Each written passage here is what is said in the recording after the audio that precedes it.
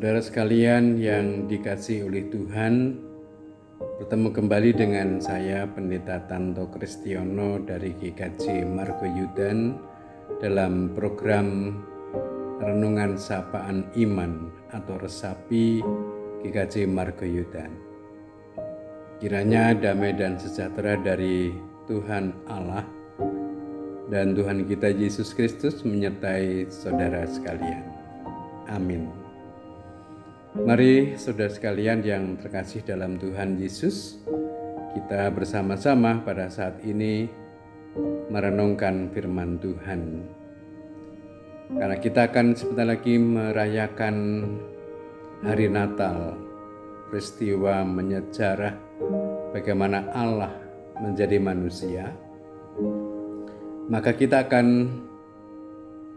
membaca bagian kecil dari kisah kelahiran Tuhan Yesus di Bethlehem waktu itu.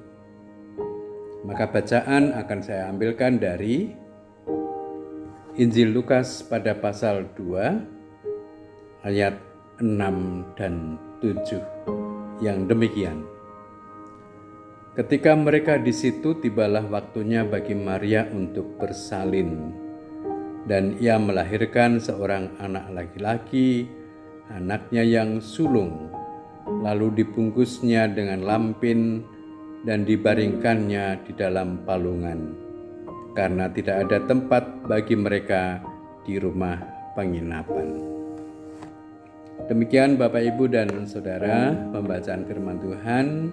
Sebelum kita lanjutkan dalam perenungan kita, mari kita berdoa. Maha besar Tuhan Allah, Bapa yang mengasihi kami, saat ini kami hendak mendengarkan sabda-Mu yang Kau sabdakan di hati kami masing-masing melalui perenungan pada saat ini. Amin. Bapak, Ibu, serta saudara yang dikasihi oleh Tuhan Yesus. Kelahiran Tuhan Yesus, tentu kisahnya Bapak, Ibu, dan Saudara sangat hafal. Tapi saya ingin mengajak sekali lagi untuk memperhatikan bagian yang memang menyentuh nurani manusia, yaitu pada bacaan tadi.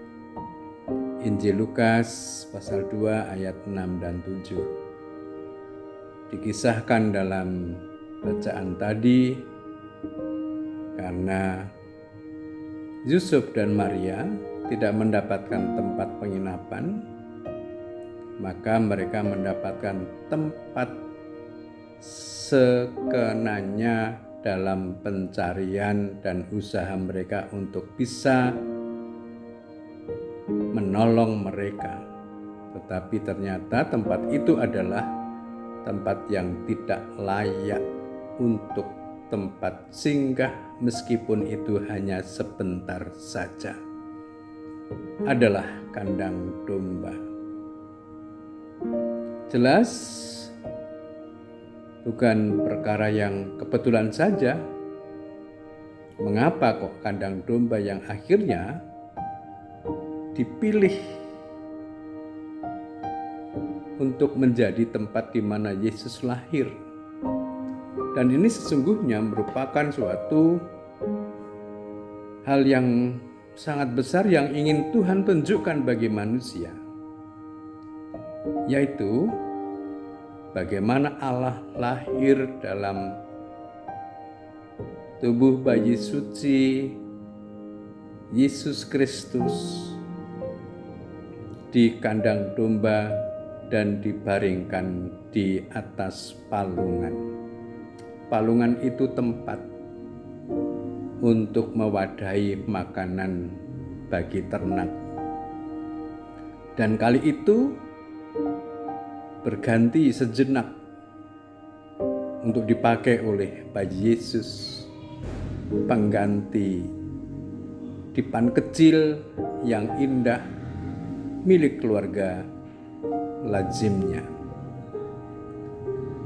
adalah bentuk solidaritas Allah terhadap manusia yang sebenarnya berada dalam kondisi papa, hina, dan berada di tempat yang memang tidak semestinya.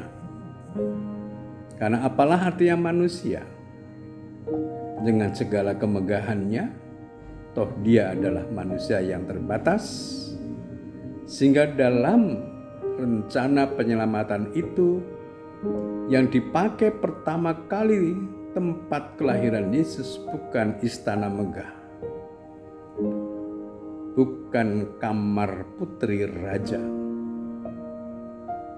bukan kamar orang terkenal, tetapi justru di tempat yang kita pun tidak pernah bisa berpikir sampai di keadaan seperti itu yang dialami oleh Yesus kecil.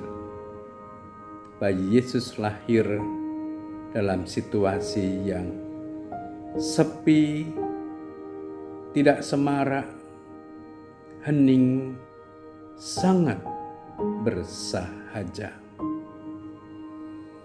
Bukankah itu juga merupakan gambaran kehidupan kita yang sebenarnya? Ketika kita kembali kepada diri kita masing-masing sendiri ini, diri kita ini, siapa sih kita ini?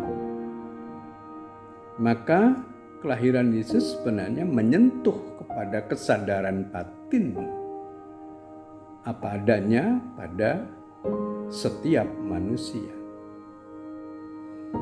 Nah, saudara sekalian yang dikasihi Tuhan, maka sebenarnya merayakan Natal boleh dengan sukacita, tetapi lebih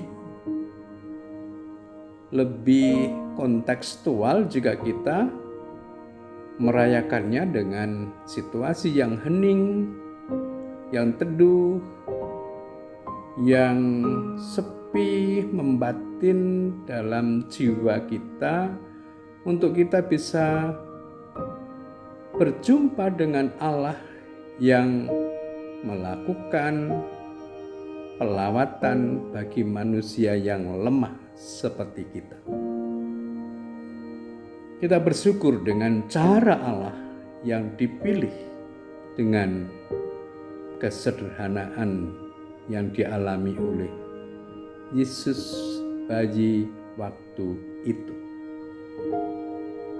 Saudara sekalian yang dikasihi Tuhan, maka kalau menengok pada keadaan kita saat ini, kita bersyukur, kita penuh sukacita bahwa Tuhan melawat kita. Kita mau supaya Tuhan dimuliakan dalam kehidupan kita, meskipun sederhana dan bersahaja. Karya penebusan dimulai dari cara Tuhan hadir di bumi ini dengan situasi yang terbatas. Kiranya itu akan membebaskan kita dari keterbatasan karena dosa yang melingkupi manusia. Kita bersyukur Allah dalam Juru Selamat berkenan membebaskan kita. Amin. Mari kita berdoa. Terima kasih Tuhan untuk waktu yang Tuhan sediakan bagi kami untuk kami merenungkan firman-Mu. Biarlah keteduhan Natal menggema di hati kami semua. Dalam Kristus Yesus kami berdoa. Amin.